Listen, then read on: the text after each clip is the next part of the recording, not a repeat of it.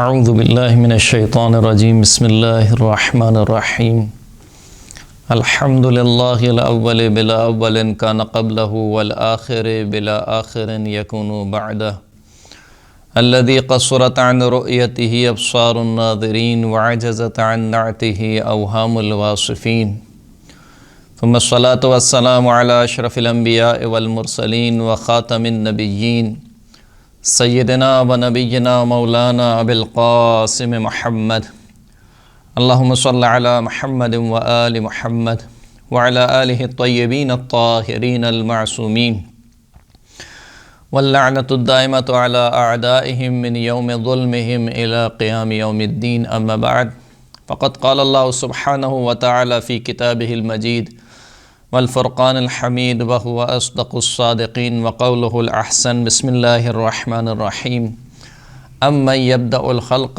ثم یعیدہ ومن یرزقکم من السماء والارض االہ مع اللہ قل ہاتوا برہانکم ان کنتم صادقین۔ محترم سامعین کرام، سورہ مبارکہ نمل کی 64ویں آیت کو آپ کی خدمت میں سرنامہ کلام کے طور پر پیش کیا۔ ارشاد رب العزت ہو رہا ہے کہ امن یبدأ الخلق ثم یعیدہ، کون ہے جس نے خلقت کا آغاز کیا اور پھر دوبارہ اس عمل کو دہرائے گا، یعنی ایک مرتبہ خدا نے تمام انسانیت کو خلق کیا اور پھر دوبارہ محشر کے وقت دوبارہ انسانوں کو زندہ کرے گا۔ وَمَن يَرْزُقُكُم مِّنَ السَّمَاءِ وَالْأَرْضِ، کون ہے جو تمہیں آسمان اور زمین سے رزق دیتا ہے۔ اَإِلَٰهٌ مَّعَ اللَّهِ، کیا اللہ کے ساتھ کوئی اور بھی اللہ ہے، کوئی اور بھی الہ ہے۔ قُلْ هَاتُوا بُرْهَانَكُمْ إِن كُنتُمْ صَادِقِينَ، اے حبیب آپ ان سے کہہ دیجئے کہ یہ کفار و مشرکین جو اللہ کے ساتھ کسی اور کو الہ مانتے ہیں، ان سے کہہ دیجئے کہ قُلْ هَاتُوا بُرْهَانَكُمْ، تم اپنی دلیل کو لے کر آؤ۔ برہان ایسی دلیل کو کہا جاتا ہے جو یقین آور ہو، مستحکم دلیل ہو، جس میں کوئی کجی نہ ہو، جس میں کوئی انحراف نہ ہو۔ تم انتہائی پختہ اور محکم دلیل کو لے کر آؤ۔ قُلْ هَاتُوا بُرْهَانَكُمْ، اپنی محکم دلیل کو لے کر آؤ اس بات کے اوپر، ان کنتم صادقین، اگر تم اپنے دعوے میں سچے ہو۔ سوال یہ کیا گیا کہ اصول دین میں تقلید کیوں جائز نہیں ہے۔ یہ سوال اگرچہ کہ ایک اصل عقلائی کے خلاف ہے۔ اصل عقلائی یہ ہے کہ انسان جو عمل بھی انجام دے یا جس رائے کو بھی اپنائے، اس کے لیے اس کے پاس محکم دلیل ہونی چاہیے۔ بغیر دلیل کے کسی رائے کو اپنانا یا بغیر دلیل کے کوئی عقیدہ بنا لینا یا بغیر دلیل کے کوئی عمل انجام دینا، یہ عقلاء کی نظر میں ایک مذموم عمل ہے۔ یعنی عقلاء کہتے ہیں کہ یہ چیز صحیح نہیں ہے کہ انسان بغیر کسی دلیل کے، محکم دلیل کے کوئی عمل انجام دے یا کسی رائے کو اپنائے۔ تو اصل عقلاء یہ ہے کہ انسان کے پاس اس کے ہر فعل کے لیے اور ہر رائے کے لیے ایک محکم دلیل ہونی چاہیے۔ اسی لیے مراجع کرام جب اپنی رسالہ عملیہ لکھتے ہیں تو تقلید کے باب میں جو سب سے پہلا باب ہے، اس میں ڈائریکٹ یہ نہیں لکھتے کہ انسان پر تقلید واجب ہے۔ کہتے ہیں کہ انسان پر واجب ہے کہ یا تو خود مجتہد ہو، یعنی خود اتنی صلاحیت رکھتا ہو کہ احکام کے ادلوں کو، دلیلوں کو سمجھ سکے، قرآن و سنت سے، عقل و اجماع سے دلیلوں کو سمجھ کر اس سے حکم کو استنباط کر سکے، حکم شرعی کو نکال سکے، اتنی صلاحیت اس کے اندر ہو، خود مجتہد ہو۔ یہ کام نہیں کر سکتا تو یا تقلید کرے یا احتیاط پر عمل کرے۔ یعنی ابتداءً کوئی مجتہد نہیں کہتا کہ انسان پر تقلید واجب ہے۔ ہر مجتہد کے رسالہ عملیہ میں یہ لکھا ہوتا ہے کہ انسان یا مجتہد بنے یا تقلید کرے یا احتیاط پر عمل کرے۔ اس کا مطلب یہ کہ اصل اولی یا اصل عقلائی یہ ہے کہ انسان کو مجتہد ہونا چاہیے، یعنی اس کے پاس ہر کام کے لیے یا کسی بھی رائے کو اپنانے کے لیے اس کے پاس محکم ایک دلیل ہونی چاہیے۔ اور اپنی عام روزمرہ کی زندگی میں بھی ہم یہی دیکھتے ہیں۔ تو تقلید یوں سمجھ لیجئے کہ ایک مجبوری کا نام ہے۔ یہ اصل عقلائی ثانوی ہے۔ کس طریقے سے کہ کیونکہ انسان کی زندگی محدود ہے، انسان کی صلاحیتیں محدود ہے، ہر انسان ہر کام نہیں کر سکتا۔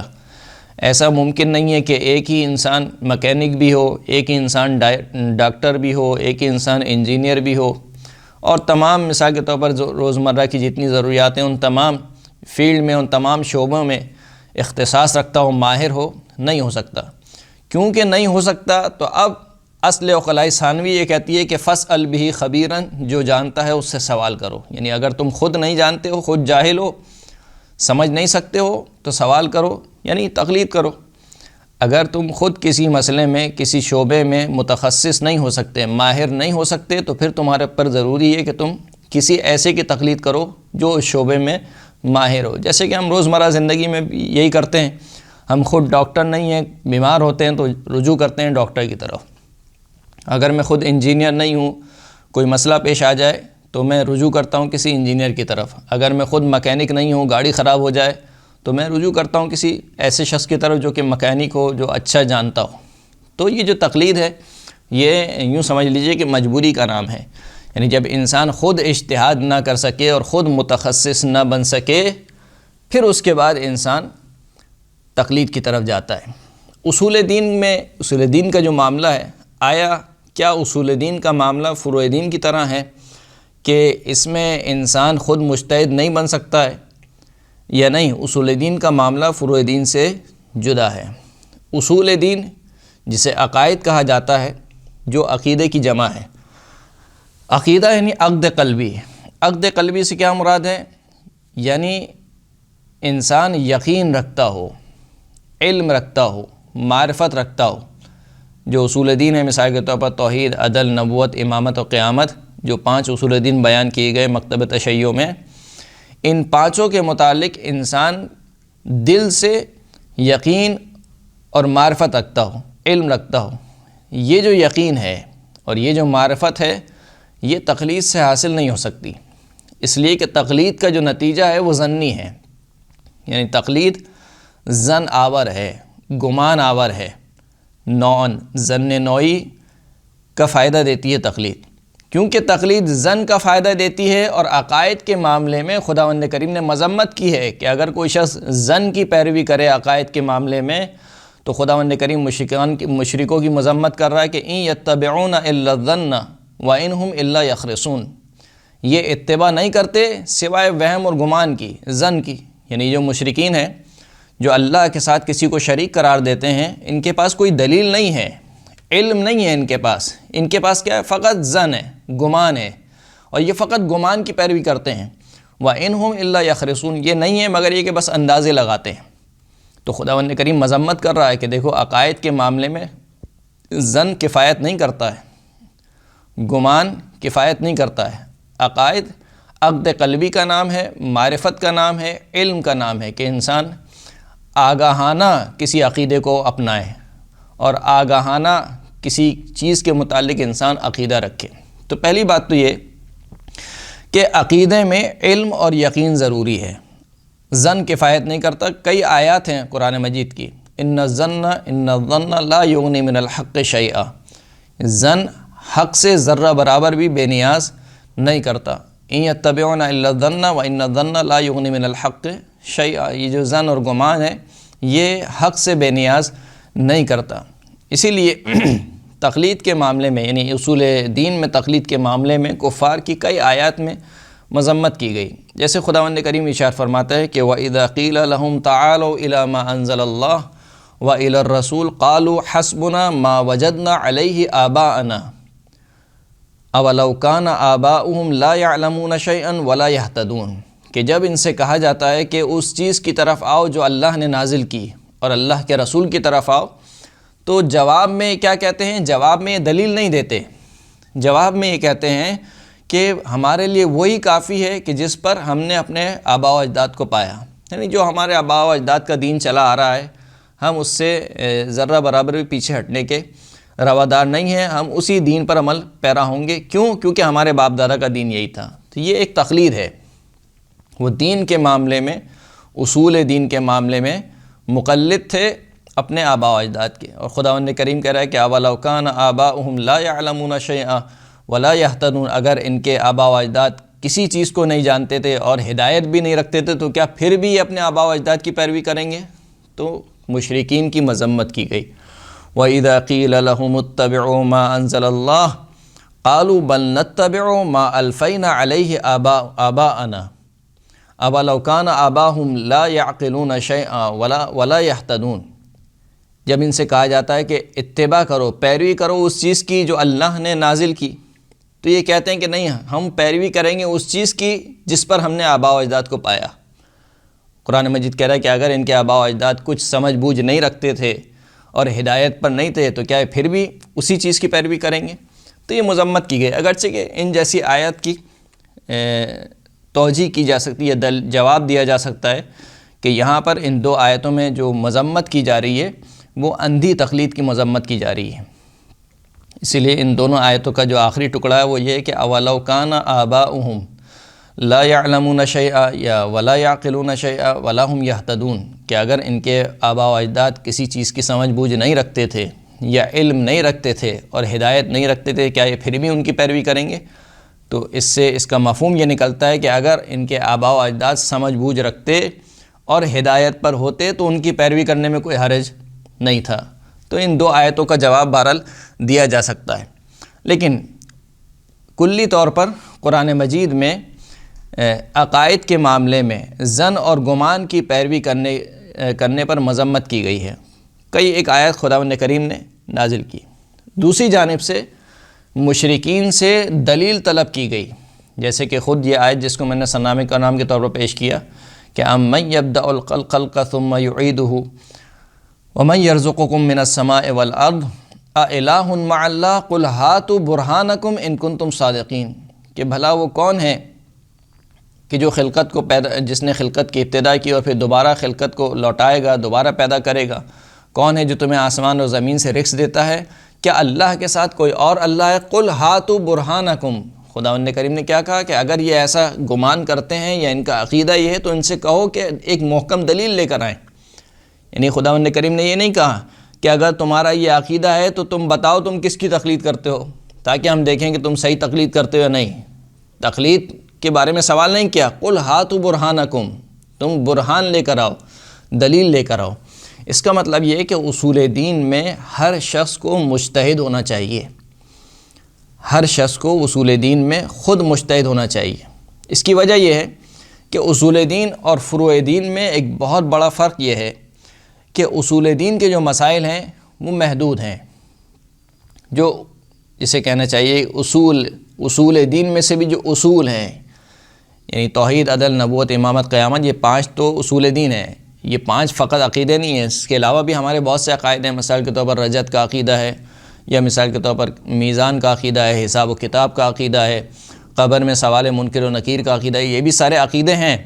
لیکن اس کے علاوہ جو اصل اصول دین ہیں، یہ 5 عقیدے، ان کے مسائل اتنے زیادہ نہیں ہیں، برخلاف اصول فقہ کے 52 باب ہیں، اور 52 باب میں نہ جانے کتنے مسائل ہیں۔ یعنی ایک اگر انسان فقط باب حج کو اٹھا لے تو استطاعت سے مسائل شروع ہوتے ہیں اور محسود اور مسدود پر مسائل ختم ہوتے ہیں، نہ جانے کتنے باب ہیں۔ ہر باب میں، ہر مسئلے میں انسان کو اجتہاد کرنا ہے، یعنی فقط ایسا نہیں کہ فقط ایک باب کے کلی طور پر انسان نے اجتہاد کر لیا، نہیں، ہر مسئلے میں انسان کو اجتہاد کرنا ہے، ہر مسئلے کو دلیل سے سمجھنا ہے۔ تو حج کا باب ہے، نماز کا باب ہے، روزے کا باب ہے، خمس کا باب ہے، زکوٰۃ کا باب ہے، جہاد کا باب ہے، امر بالمعروف نہی عن المنکر کا باب ہے، 52 باب ہیں فقہ کے۔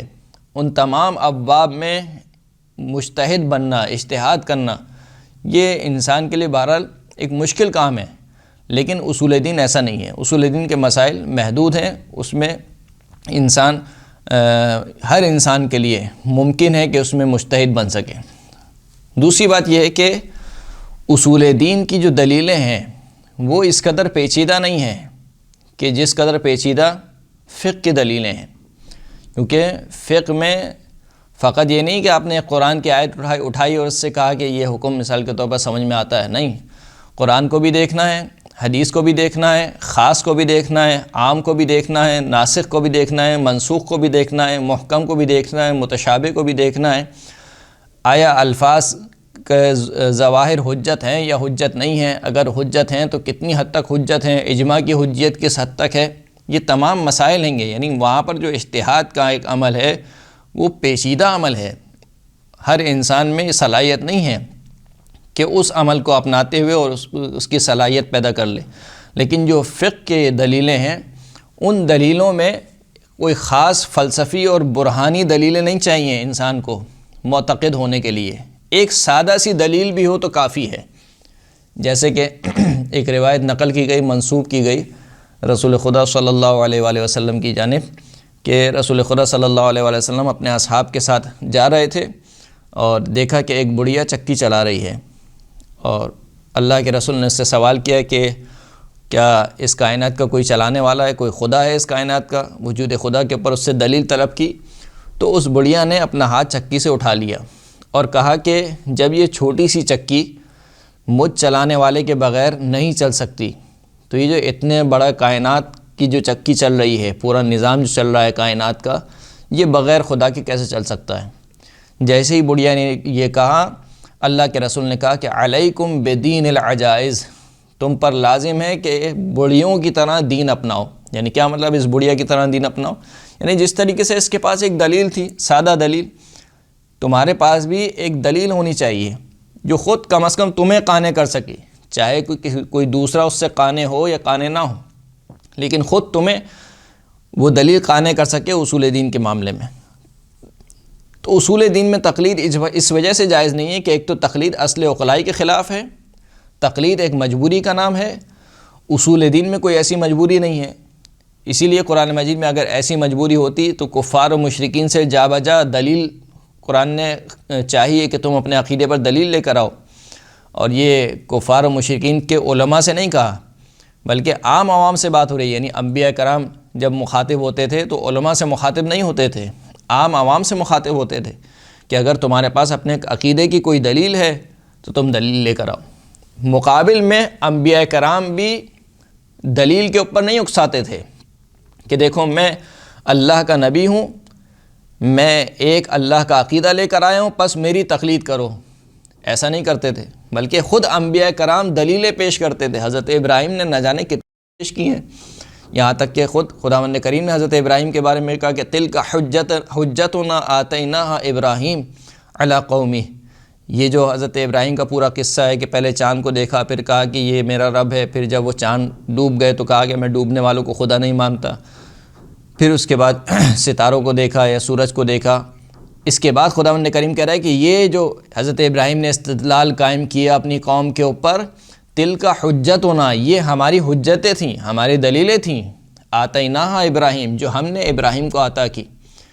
کس کے اوپر؟ علی قومی، اپنی قوم کے اوپر۔ یعنی یہ نہیں کہا کہ علی علماء قومی ہی، ان کی قوم کے علماء کے اوپر نہیں، اپنی قوم کے سامنے ان دلیلوں کو رکھا۔ اسی طریقے سے حضرت موسیٰ و حضرت ہارون کے واقعے میں بھی آپ دیکھتے ہیں کہ دلیلیں پیش کی گئی، ہر نبی نے دلیل پیش کی گئی، اور خداوند کریم خود کہہ رہا ہے کہ اگر تم اپنے عقیدے میں سچے ہو، سیقول الذین اشرکوا لو شاء اللہ ما اشرکنا ولا آباؤنا، ان قریب وہ لوگ جنہوں نے شرک کیا وہ کہیں گے کہ اگر اللہ چاہتا تو نہ ہم مشرک ہوتے، نہ ہمارے آبا و اجداد مشرک ہوتے، ولا حرمنا من شیء، اور ہم کسی چیز کو حرام قرار نہیں دیتے، کذالک کذب الذین من قبلہم، اسی طریقے سے جو ان سے پہلے والے لوگ تھے یعنی ان کے آبا و اجداد، انہوں نے بھی جھوٹ بولا، حتی ذاقوا بأسنا، یہاں تک کہ انہوں نے ہمارے عذاب کو چکھ لیا۔ اے حبیب آپ ان سے کہہ دیجئے کہ حل عندکم من علم، کیا تمہارے پاس اپنے دلیل کے اپنے عقیدے کے اوپر کوئی علم ہے؟ اگر علم ہے تو ہمارے لیے پیش کرو، ہم اس علم کو دیکھیں گے، لیکن ان کے پاس کوئی علم نہیں ہے۔ اسی طریقے سے خداوند کریم ارشاد فرمانا کہ وَمِنَ النَّاسِ مَن يُجَادِلُ فِي اللَّهِ بِغَيْرِ عِلْمٍ وَلَا هُدًى وَلَا كِتَابٍ مُنِيرٍ، لوگوں میں سے کچھ ایسے ہیں جو اللہ کے بارے میں گفتگو کرتے ہیں، مجادلہ کرتے ہیں، حالانکہ نہ ان کے پاس کوئی علم ہے، نہ ہی ان کے پاس ہدایت ہے، اور نہ ہی کتاب نور دینے والی کتاب ہے۔ اس کا مطلب کیا ہوا؟ اس کا مطلب یہ کہ اللہ کے بارے میں گفتگو وہ کرے کہ جس کے پاس علم ہو، ہدایت ہو اور کتاب منیر ہو۔ اگر یہ چیز نہیں ہے، اس کا مطلب ہے کہ اللہ کے بارے میں گفتگو تقلید سے نہیں ہو سکتی کہ فلاں مجتہد نے کہا ہے لہٰذا میں ان مجتہد کا نظریہ پیش کروں، یا فلاں عالم نے کہا ہے، یا فلاں دانشور نے کہا ہے، یا فلاں سائنٹسٹ نے کہا ہے، تو میں اس کے نظریہ پردازی کروں اور ان سب کے نظریوں کو پیش کروں اللہ کی توحید کے بارے میں یا وجود خداوند کریم کے بارے میں یا نبوت کے بارے میں یا امامت و قیامت کے بارے میں۔ تو یہ سارے وہ ادلے ہیں کہ جن کے سبب کہا جاتا ہے کہ اصول دین میں تقلید جائز نہیں ہے، کیونکہ اصول دین میں اگر میں خلاصہ کروں اپنی گفتگو کا، اصول دین نام ہے یقین کا، عقد قلبی کا، معرفت کا، علم کا، اور یہ معرفت، یقین، عقد قلبی یہ تقلید سے حاصل نہیں ہو سکتی، کیونکہ تقلید جو ہے وہ اس کا نتیجہ ظن آور ہے۔ تقلید انسان میں ظن اور گمان کو پیدا کرتا ہے، اور خداوند کریم نے قرآن مجید میں نفی کی ہے، مذمت کی ہے کہ جو شخص عقیدے کے معاملے میں ظن و گمان کی پیروی کرتا ہے۔ دوسری بات یہ ہے کہ اصول دین کے جو مسائل ہیں وہ محدود ہیں، فقہ کی طرح بہت سارے مسائل نہیں ہیں، لا تعداد اور لا محدود مسائل نہیں ہیں کہ جو ہر انسان کے لیے اس میں اجتہاد کرنا ناممکن ہو۔ تیسری بات یہ ہے کہ اصول دین کی جو دلیلیں ہیں وہ ہر ایک کے لیے اس کے استعداد اور اس کے فہم کے مطابق قابل ادراک ہیں۔ ہر عام فہم آدمی کے لیے جو اس کی دلیلیں ہیں وہ عام دلیلیں ہیں، کوئی ارسطو کا فلسفہ یا مثال کے طور پر فلسفے کے یا منطق کی بہت زیادہ پیچیدہ دلیل درکار نہیں ہے۔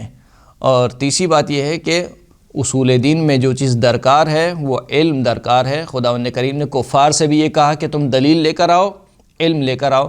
کفار سے اس بات کا مطالبہ نہیں کیا کہ اگر تم سچے ہو تو تم یہ بتاؤ کہ تم کس کی تقلید کرتے ہو، بلکہ یہ کہا کہ اگر تم سچے ہو تو دلیل لے کر آؤ۔ تو جو خداوند کریم دوسرے کے مذہب کے بارے میں دلیل مانگ رہا ہے وہ اپنے مذہب کے بارے میں کیسے راضی ہو جائے گا کہ تقلید کے ذریعے سے اس کو ایک خدا مان لیا جائے۔ البتہ آخر میں یہ بات میں عرض کر دوں کہ اگر کوئی مجتہد کسی عقیدے کے باب میں یا کسی عقیدے کے متعلق کوئی رائے پیش کرتا ہے تو اس کی رائے، کیونکہ وہ ایک عالم ہے اور اس نے تمام احادیث کو پڑھا ہوا ہے، روایات کو پڑھا ہوا ہے، علوم اہل بیت علیہ السلام سے بہرہ مند ہے، تو بہرحال اس کی رائے کا احترام اپنی جگہ ہے، اور اس کی رائے کے میں ویٹیج اس وجہ سے کہ وہ ہم سے زیادہ عالم ہے، اس وجہ سے وہ کوئی رائے دے رہا ہے۔ لیکن اس کی رائے کو فقط اس لیے مان لینا کہ کیونکہ وہ فلاں مجتہد کہہ رہا ہے یہ درست نہیں ہے، بلکہ اس کی رائے کو مد نظر رکھتے ہوئے آپ اپنے استدلال میں اضافہ کر سکتے ہیں کہ آیا یہ رائے صحیح ہے یا غلط ہے، یا مثال کے طور پر اس مجتہد نے یہ رائے دی ہے، آیا یہ رائے میری سمجھ میں آ رہی ہے یا میری سمجھ میں نہیں آ رہی۔ اگر سمجھ میں آ رہی ہے، عقل و فہم میں آ رہی ہے تو آپ اس رائے کو اپنا سکتے ہیں، لیکن اس وجہ سے نہیں کہ کیونکہ وہ مجتہد کہہ رہا ہے، کیونکہ اس وجہ سے کہ وہ دلیل ایک محکم دلیل ہے۔ بالکل اسی طریقے سے جیسے میں ابھی آپ کے سامنے گفتگو کر رہا ہوں، اب آپ میری گفتگو سن کر اور اگر آپ کو ایسا لگے کہ ہاں مولانا صحیح بات کر رہے ہیں، تو کیونکہ آپ اس وجہ سے نہیں مان رہے میری بات کیونکہ ایک مولانا نے کہی ہے، بلکہ اس وجہ سے مان رہے ہیں کیونکہ جو بات کہی جا رہی ہے وہ بات درست ہے، یعنی عقلی پیمانوں پر پوری اترتی ہے، لہٰذا اس بات کو اپنایا جا سکتا ہے۔ بالکل اسی طریقے سے اگر کوئی مجتہد کسی عقیدے کے متعلق کوئی رائے دے تو اس رائے کو آپ دیکھ سکتے ہیں، اپنے استدلال میں اضافہ کر سکتے ہیں، اور اس کی رائے کا بہرحال ایک احترام موجود ہے۔ وآخر الدعوانا الحمدللہ رب العالمین۔